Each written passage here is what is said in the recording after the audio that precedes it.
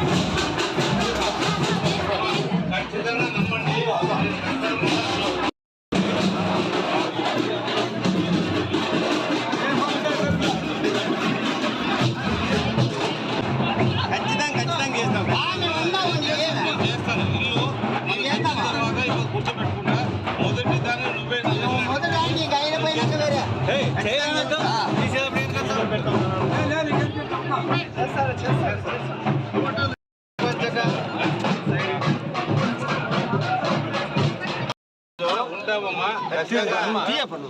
మీ అందరికీ కూడా అనాథలనే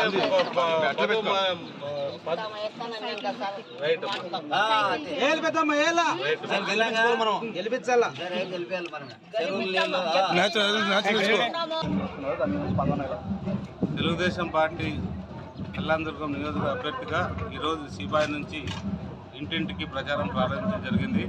దీంట్లో విశేష స్పందన వస్తుంది. ప్రతి ఒక్కరూ చంద్రబాబు నాయుడు గారి నాయకత్వాన్ని అందరూ సమర్థిస్తున్నారు. ఆయన రాబోయే కాలంలో ఆయన చేసే సంక్షేమ పథకాలు అన్నీ కూడా యథావిధిగా కొనసాగిస్తాయి. ఇంకా కొన్ని పథకాలు కూడా మేనిఫెస్టోలో జతపరుస్తారు. అలాగే మనకి ఇక్కడ ముఖ్యంగా లోకల్గా సమస్య ఉన్న భైరవాంతిప్ప ప్రాజెక్టు 114 చెరువులకు కూడా 2.5 సంవత్సరాల్లో కంప్లీట్ చేసి నీళ్ళిచ్చే బాధ్యత నేను నా హామీగా నేను ఉంటున్నాను.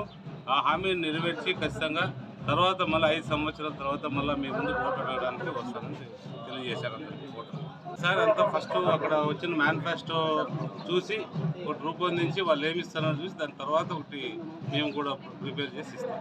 తెలుగుదేశం పార్టీ జనసేన కూటమితో వచ్చే మేనిఫెస్టో చూసిన తర్వాతనే మరి మనము ఏం తక్కువ ఉన్నాయి ఏంటనేది ఆలోచన